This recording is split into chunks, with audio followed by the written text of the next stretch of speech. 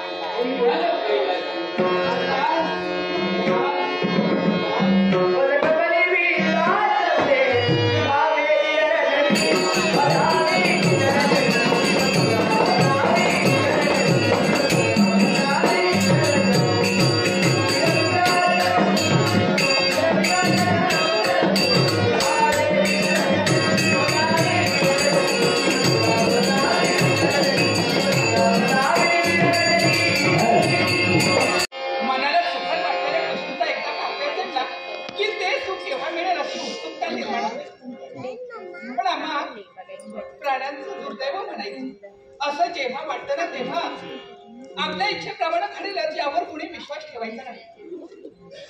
याची अनुभूती अगदी नको ते वेळी मला अनुभवता आली हेच मी माझं दुर्दैव समजते. पण एका बाजूला माझं सद्भाग्य म्हणजे एवढंच, पार्वती परमेश्वरीच्या कृपेने मला माझं जीवन प्राप्त झालं. नाहीतर जन्माला आले का आणि मेले का सारखंच. या जगात अशी विपरीत गोष्ट कधीच घडली नसावी. घडेल यावर कुणीही विश्वास ठेवणार नाही. व ज्यांनी जन्माला घालावी, लहानाची मोठी करावी, त्या जन्मदात्यानं माझ्या जीवावर उठावं. माझ्या बाबांचा दोष नसावा हे मी माझं दुर्दैव समजते. पण एवढंच तेव्हा समाधान नाही. पार्वती परमेश्वराच्या कृपेने मला माझं जीवन प्राप्त झालं.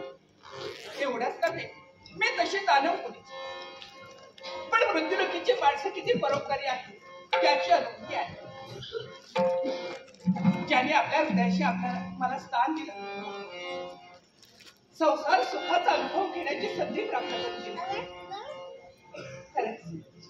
त्यांनी जर आपले म्हणून माझा स्वीकार केला नसता तर हे सुंदर जीवन संपून गेलं. एकंदर काय बाबा, तुम्ही त्या सगळ्या गोष्टी विसरून गेला. पण या तुमच्या पोरीच्या मनात ती आग अजूनही तगतगते.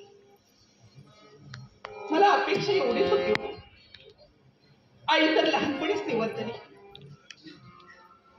माझ्या बाबांनी माझं कन्यादान करावं, माझं मला सुख द्यावं. पण ते सुद्धा भाग्य नाही मिळवता आलं तुम्हाला. पण माझं नशीब बलवत, म्हणून त्या देवाच्या कृपेने मला माझं सुख मिळालं. या भरल्या संसाराजवळ पाहिलं, डोळ्याचं पारणं फिरतं. आता पुढचं जीवन प्राप्त झालं नाही तरी चालेल, पण या जन्मी मला माझं संसाराचं सुख परमेश्वर तुम्हाला भरभरून दिलंय रे, भरभरून दिलाय. आणखी मी तुझ्याजवळ कोणती अपेक्षा धरू नाही, कोणतीही अपेक्षा धरू शकत. कारण या जन्मी माझी इच्छा पूर्ण केलीस ना, या जीवनाचं सार्थक झालं. म्हणूनच म्हणते संसारी मन रमले संसारी.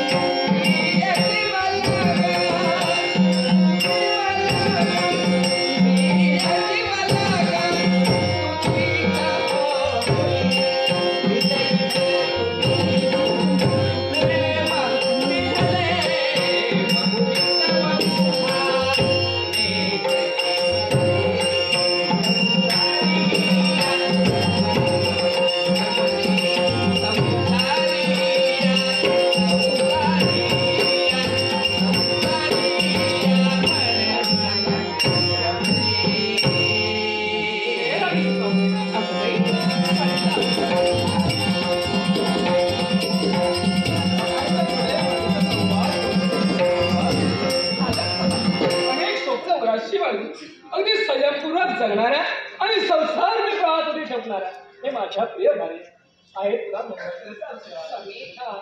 आपल्याकडून आणखी कोणती अपेक्षा तोंड भरून मला आशीर्वाद मिळावा आणि स्त्री जीवनाचं सार्थक व्हावं एवढीच माझी अपेक्षा असते. बरोबर, त्या परमेश्वराने धन्यवाद तुला कारण तुझ्यासाठी सद्गुरू सुविचारी धार्मिक पत्नी मला मिळाली. कारण पाताळ तुझा जन्म झाला आणि आर्यवत नगरीत इतर स्त्रियांच्या बरोबरीने तू वावरतेस यातच मला समाधान प्राप्त होते.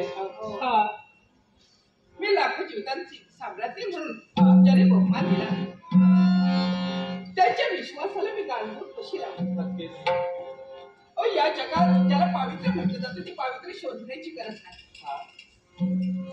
आम्हा स्त्रियांना ते पवित्र परमेश्वराच्या कृपेनं पाल करण्याची कला प्राप्त करून दिली आहे. स्वामी, नवरा बायकोचं नातं कसं असेल या सर्व गोष्टीचा विचार करूनच मी माझ्या संसारात मी एवढी रमा मांडते. पण मुळात हा संसार आमचा सुखादायी आनंदात आहे. काय दरबारीतील कामकाज पूर्ण करून तुम्ही विश्रांतीच्या निमित्ताने इथे आला. माझं काही चुकलंय का? तुझं काही चुकलेलं नाही. मग तुमची मुद्राम लाल का दिसू लागली? सुगंधी याला कारण आहे. नित्य नियमाप्रमाणे राजप्रसादीने सर्वांना न्यायदान करत असतात. ब्रह्मतनाने नारद मुनींचं आगमन झालं आणि त्यांच्या मुखातून सहज शब्द बाहेर पडले. कोणते शब्द? राजा सुकान, तुझा येणारा भविष्य काळ हा संकटमय एवढंच नाही तर तुझ्या जीवनात भलं मोठं संकट निर्माण होईल. बरोबर आहे त्यांचं म्हणणं. तरी मी म्हणत होते कदाचित विसरून गेले असावे, पण नाही, ते कधीच विसरू शकणार नाही. माझं त्याचं सुख पाहवत नसेल माझ्याबद्दल असलेला राग तुम्ही दूर झाला नसावा. तू कुणाच्या बाबतीत बोलतेस? आणखी कुणाच्या बाबतीत? आपल्यावर संकट आणणारी व्यक्ती एकच, ते म्हणजे माझे जन्मदाते पिता. अगं, आपल्या लग्नाला बरीच वर्ष झाली, आजपर्यंत त्याने कधी आमच्या राज्यावर आक्रमण केलं नाही आणि भविष्यात ते असं करतील असं मला तरी वाटत बघा, नाही. हा तुमचा फाजील विश्वास आहे. हे बघा, नारद मुनीच्या म्हणण्याप्रमाणे येणारे संकट दूर व्हावं या अपेक्षेनं मी आतापर्यंत पार्वती परमेश्वराची अनिश भक्ती केली. मग तेच आपल्याला करायचं आहे. येणारं संकट दूर करण्यासाठी फक्त पार्वती परमेश्वराची भक्ती करावी आणि आपल्याला येणारा भविष्य काळ अगदी सुखात आनंदात येणारे संकट येऊच नाही यासाठी अन्नाचा खंड किंवा पाण्याचा थेंबही मुखात न घेता अहोरात्र आपण पार्वती परमेश्वराची निष्ठेने भक्ती करू. चला चला. आजपासून आपण सुरुवात करू.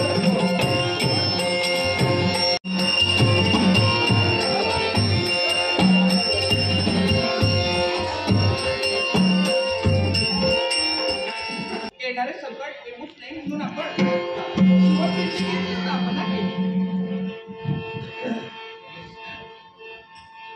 आपण केलेली बुद्धी पार्वती परमेश्वरापर्यंत मी एवढीच अपेक्षा आहे.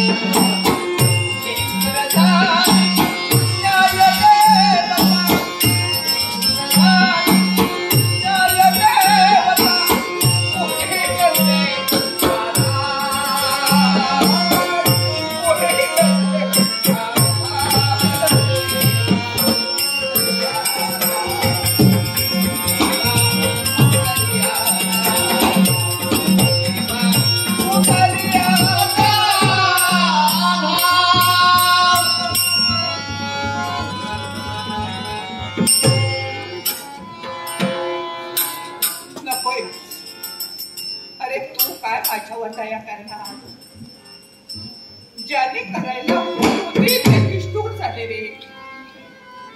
तेव्हा तुझा दोष नाही. मी कपाळ करून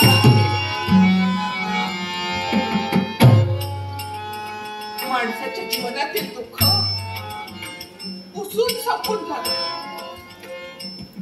आणि किती जरी दुःख काढत राहिलं तरी न संपणार हे दुःख.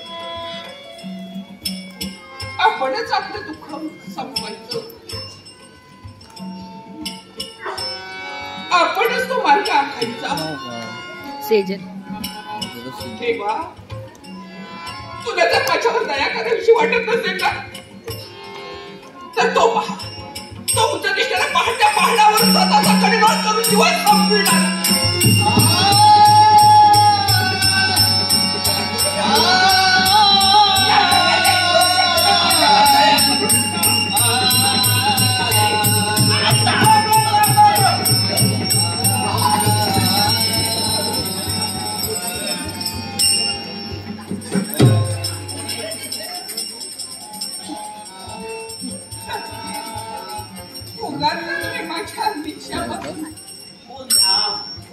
धडक होते, मला वाटतं हा भाग कुणालाही आवडणार नाही.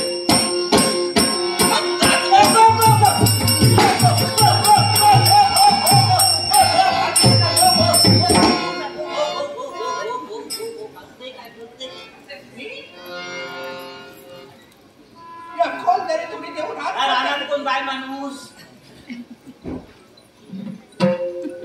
मला थांबविणार की तुम्ही कोण आहात? मी आहे लाडक्या. मी पण माझ्या आई बाबांची लाडकी आहे. ये लाडक्या. माझं नाव लाडक्या. काय बरोबर आहे. मला कोणा कोणता दिसतोय आणि असं काय करतो, बघण्याचा प्रकाश पडल्यासारखा दिसतोय नुसता, आणि काहीतरी काय करतो या कंटाळले त्याची वागितल्या ओ या पैसून इकडे आता पैसून किती किती किती किती असं किती किती सगळं सांगते, पण मी सांगितल्यानंतर तुम्ही विश्वासही ठेवणार नाही. खाद्य होता चिकन झालो नरम लागता मग कसा माझ्या आईसारखे भाऊ झाल्या तर तुम्ही माझ्यासारखे भाऊ. माझ्या बायकोनी मग आतमध्ये नाव म्हणत नाही, लाडक्याच म्हणत सांगायचं. हा बरं खाद्य बघलो काका माझा हात घालतो असते बारीक. मी बघितलंच नाही. हे खोल पुढे जाऊ काय तुझा मला हा माझा भाऊ उपास पडा फुल बोलले की पाणी स्वादिष्ट एवढ्या मोठ्या खोल तरी थोडी दिल्यानंतर मी मेले तर सगळ्यांच्या मागची कशी काय कोणता इतक्या काय कोणता काय केलं कोणती त्या एवढ्या खोल दरी थोडी दिल्यानंतर माझे हातपाय तुटले तर मोडले तर मला कोण बघणार हो? ते तुमची खात्री आहे. तुका काय वाटलं अर्धवट राहणार नाही. अगो चटकन घेऊ जाईल. बघलाय तरी जीव दाखवलो, उडी घेतले तर जीव रवतलो, हातपाय मोडतलो, पण तो तुका काढतो नाही ते मरतलो. हातपाय मोडलेलो काढतो नाही काय मेल्याने तो काढतो लोकांना. तसंच व्हायला हवं. तसंच व्हायला हवं. आत्महत्या केल्यानंतर माझा प्राण चटकन निघून जाईल. तुमचा विश्वास असेल ना तर अगो तुझो जीव चटकन जातो पण आमचा हे परत येऊन नको. आम्ही बघता बघ लाकडं आमची लाकडं आमचा पुरती लाकडं म्हणजे लाकडं जमा करतो आम्ही. कशाला? आमचा धगो जिवंत कोणी कसा नाही गो शिजवू नको खाऊ नको काय तुमचा आपल्या बाला तुमचा कोण धगयना नसतो. अन्न पाणी शिजवण्यासाठी तुम्ही लाकडाचा उपयोग करता. तुम्ही घेतो करतात आमच्या जवळ आचार्य असं जातो बरा बरा करून घालतो. त्याच्यामुळे असा झाला समाज या मेल काय आमचा येऊन नको कारण ते वरते लावते नाही खालते लावते ना मोदी बघ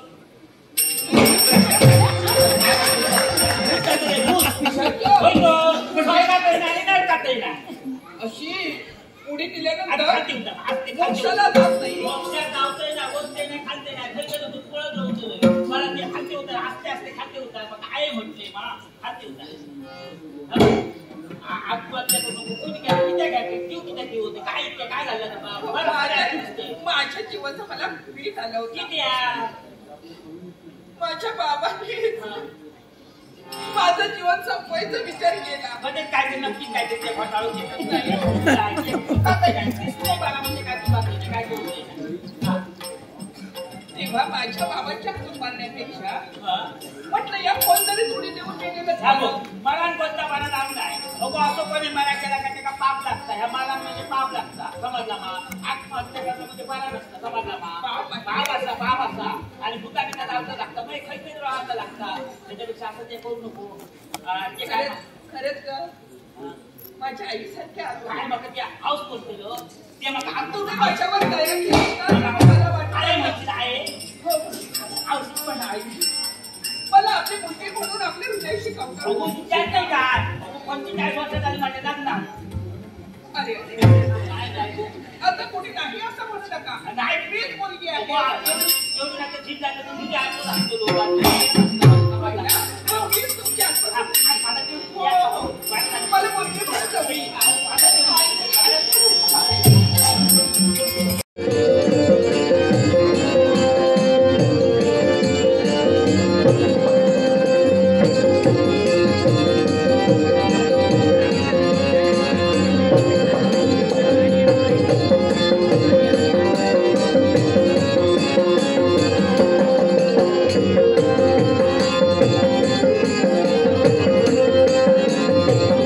तुम्हाला ओमप्रकाश चव्हाण यांची स्त्रीच्या भूमिकेमध्ये रंगभूषा आणि वेशभूषा कशी वाटली कमेंट नक्की कळवा.